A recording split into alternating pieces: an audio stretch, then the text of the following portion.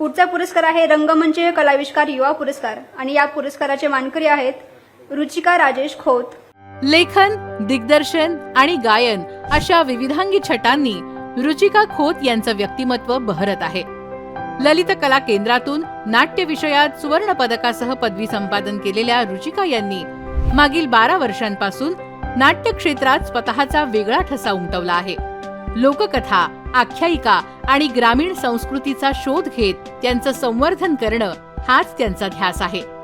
जिकनी सारख्या डॉक्यू म्युझिकलच्या माध्यमातून त्यांनी आदिवासी मुलांचे अनुभव जगासमोर आणले। कीर्तावणी असो वा बांधारीचे बाय ग, त्यांच्या या सांगीतिक नाटकांनी महाराष्ट्रभर प्रेक्षकांची मनं जिंकली आहेत। महाराष्ट्राचा सुपरस्टार या रियालिटी शो मधील उपविजेता म्हणून त्या घराघरात पोहोचल्या। केवळ सादरीकरणच नाही तर थिएटर इन एज्युकेशनच्या माध्यमातून त्या भावी पिढी घडवत आहेत। ललित कला केंद्र आणि भालजी पेंढारकर केंद्रात त्या नाट्य अध्यापनाचं काम करतात। त्यांना इंडियन ऑस्ट्रम थिएटर कंपनीची प्रतिष्ठित फेलोशिप मिळाली। तसेच त्यांच्या मंजिरी लघुपटाला अनेक आंतरराष्ट्रीय पुरस्कार देखील मिळाले आहेत। अस्सल मातीतील सुरांना आधुनिक रंगमंचावर रुचिका यांनी प्रतिष्ठा मिळवून दिली आहे।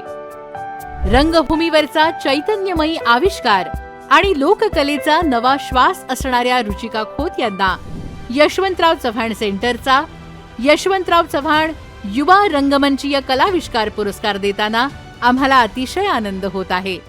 मी रुचिका खोत यांना विनंती करते की त्यांनी मंचावरती येऊन पुरस्काराचा स्वीकार करावा।